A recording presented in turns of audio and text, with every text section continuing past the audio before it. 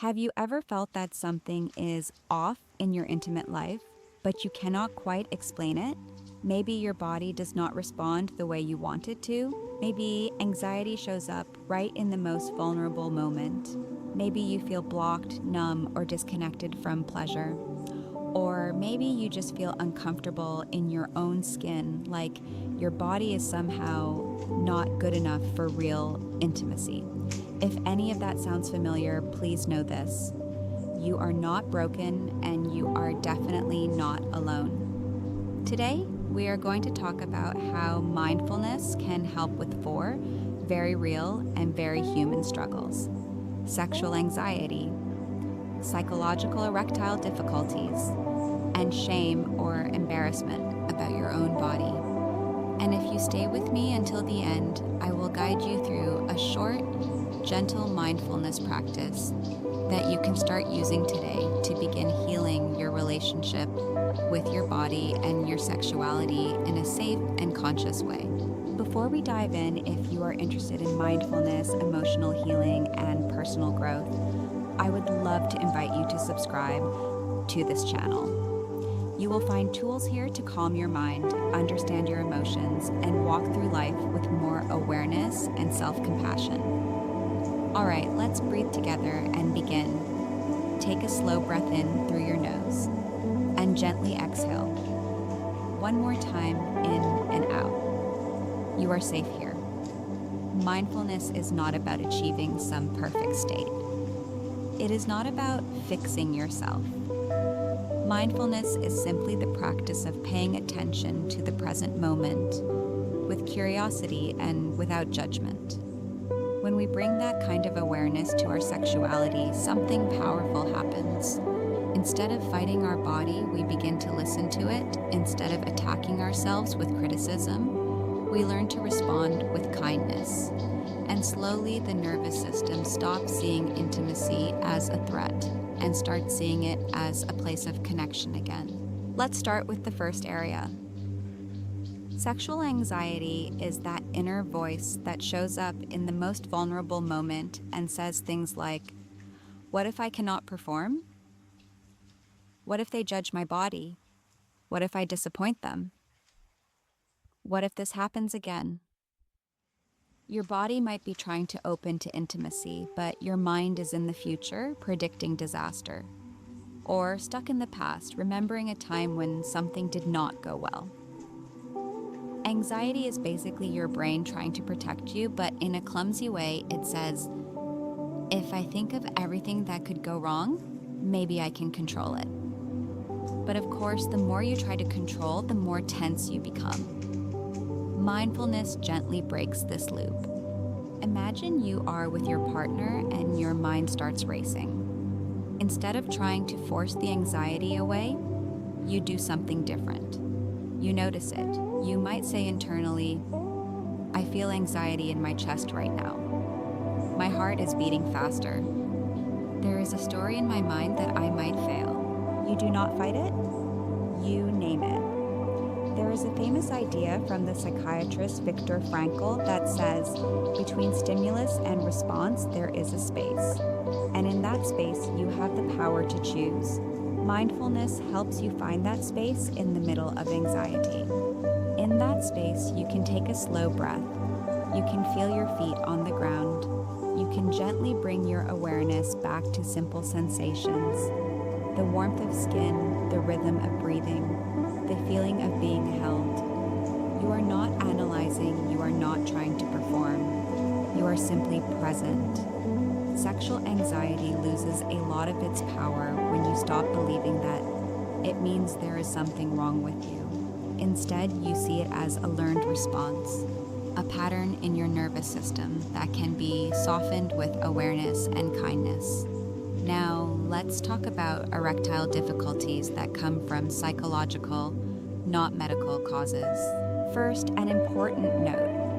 If you experience frequent erectile problems, it is always wise to talk to a healthcare professional to rule out physical causes. Mindfulness complements medical care. It does not replace it. But many people experience what could be called performance anxiety. The more they try to make it work, the less it works. It becomes a vicious cycle, one difficult experience, then worry about it happening again, then more pressure and more difficulty. Think of arousal like a shy animal. If you chase it, it runs away. If you create a calm, safe environment, it comes closer on its own. When you are in a state of fear, your body goes into fight or flight mode. Blood flow changes, muscles tighten, your mind scans for danger. That is the exact opposite of what your body needs for sexual response. Mindfulness helps shift you out of the threat state. You can practice this even outside the bedroom. For example, you might sit quietly and bring your attention to your breath, then to the sensations in your lower belly, your hips, your legs, not to judge them, not to force any reaction, but just to feel. You might notice tightness, numbness, heat, or nothing at all. Whatever you find, you gently say, "It is okay that I feel this." One powerful practice is to mentally separate your sense of worth from your sexual performance. You can say internally, "My value as a person is not defined by what my body does in one moment. I am allowed to be here, to feel, to explore, even if everything is not perfect." Brian Tracy often talks about how our thoughts create our emotional states. When you continually think, "I must perform perfectly," or "I am a failure," you create constant pressure and fear. Mindfulness invites you to replace that with a gentler narrative. "I am learning to be present with my body. I can connect even if things are not perfect. I am human, and that is enough." Over time, as the body learns that intimacy is not an exam you can fail, but a shared experience, erectile difficulties caused by psychological pressure can ease anorgasmia caused by stress. Now let's talk about orgasm difficulties related to stress. Modern life keeps many of us in a permanent on mode. Notifications, responsibilities, worries, unfinished tasks.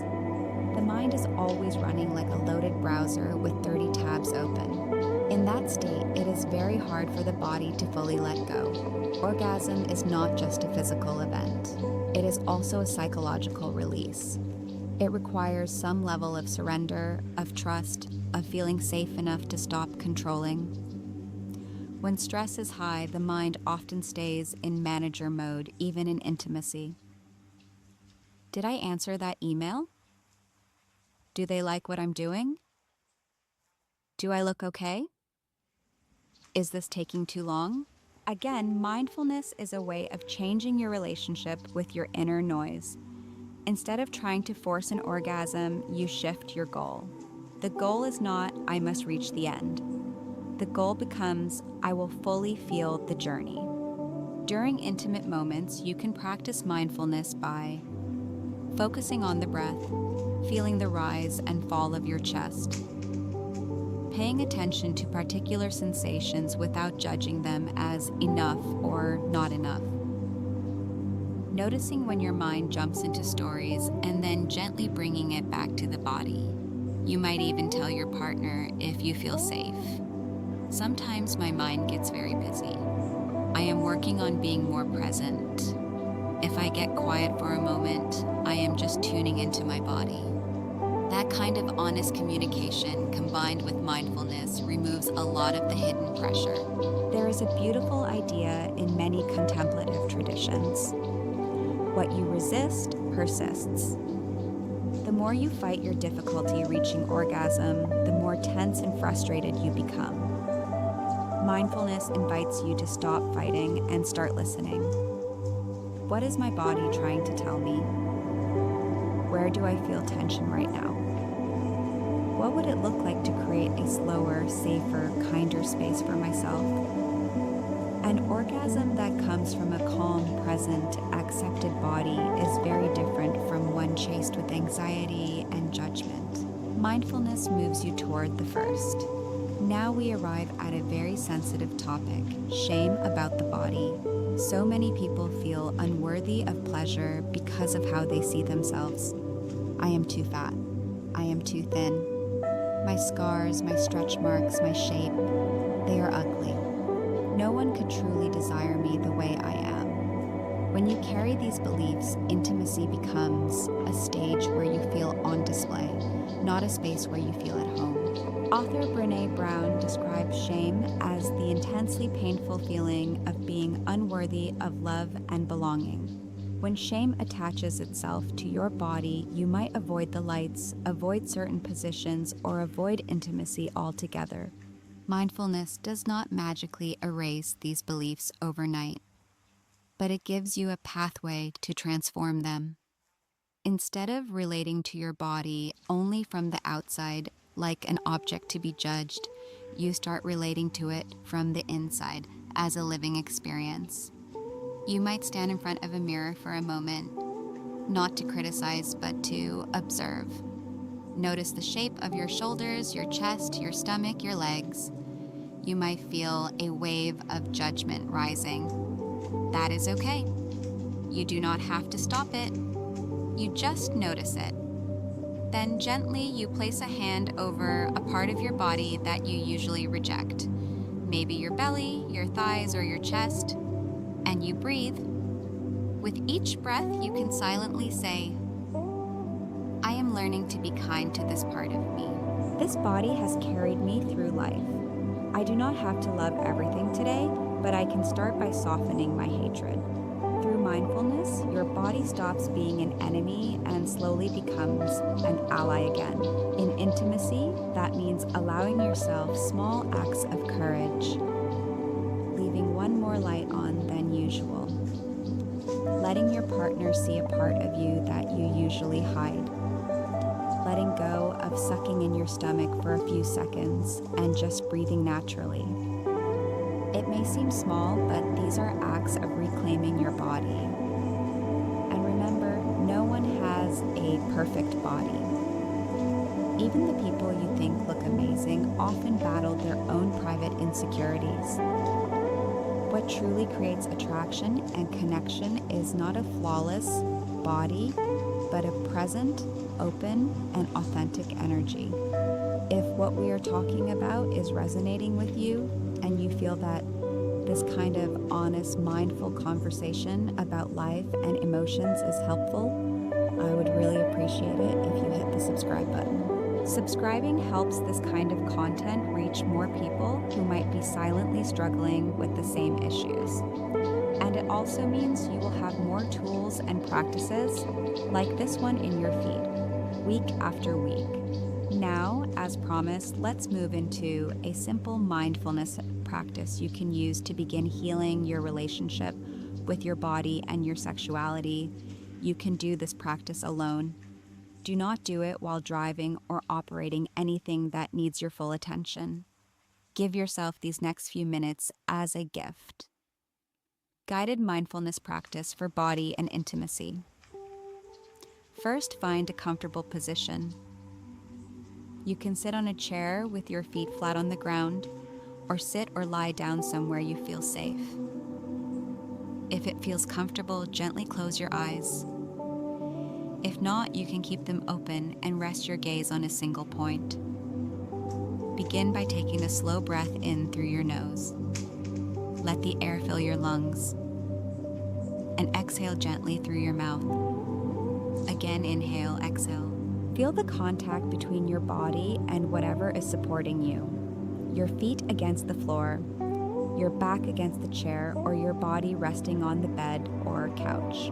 Now, bring one hand to your chest, over your heart, and the other hand to your lower belly. Notice the warmth of your hands. Notice the movement of your breath under your hands. You do not need to change your breathing, just watch it. As you breathe, silently say to yourself, right now, I am safe. Right now, I am allowed to feel what I feel. If thoughts come up about past experiences, about fear, about shame, just acknowledge them. I notice this thought. I notice this memory.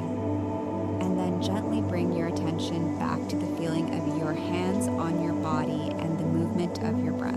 Now, I want you to scan your body slowly from head to toe, not looking for what is wrong, but just noticing. Start with your forehead. Is there tension there? Just notice it. Your jaw, are you clenching a little? If yes, you can let it soften. Your neck and shoulders. Are they tight, heavy, relaxed? Whatever is there, you simply observe. Bring your attention to your chest, to your heart. There might be sadness, frustration, loneliness, or warmth. Whatever you find, imagine you are placing a gentle hand on that feeling. You might say inside, "It is okay for you to be here. I am listening." Now slowly move your awareness down to your belly and your pelvic area. If this feels uncomfortable, you can stay with the chest and the breath. Only go where it feels safe enough to go. Notice any sensations. Maybe heaviness, maybe numbness, maybe energy, maybe nothing at all. Whatever you find is valid. Again, you are not forcing anything. You are not trying to create arousal or pleasure. You are just meeting this part of your body with awareness. Silently repeat, "This part of my body belongs to me. I am learning to treat it with respect and kindness.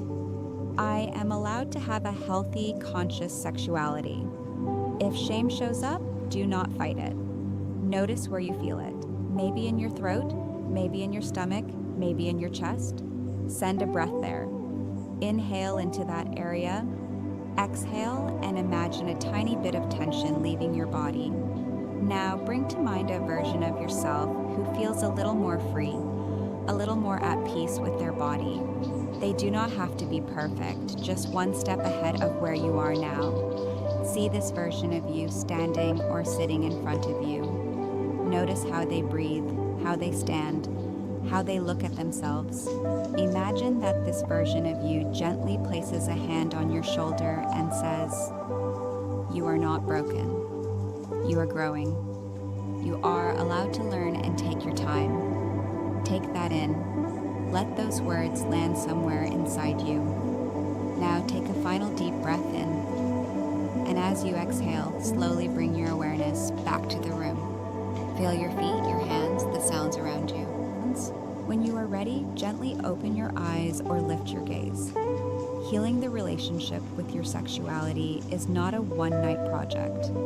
It is a journey of unlearning shame, releasing pressure, and coming back to your body with patience and respect. Mindfulness gives you the tools to walk that journey. By noticing your sexual anxiety without letting it define you, by reducing the pressure around performance, and allowing your body to feel safe again, by softening the grip of stress. So pleasure does not have to fight against a storm of thoughts. By transforming shame into a gentler, more compassionate relationship with your body. If this video brought you even a little bit of relief, clarity, or hope, I invite you to do 3 things. First, be kind to yourself today. Speak to yourself the way you would talk to a dear friend who is struggling. Second, try this simple practice again in the next few days.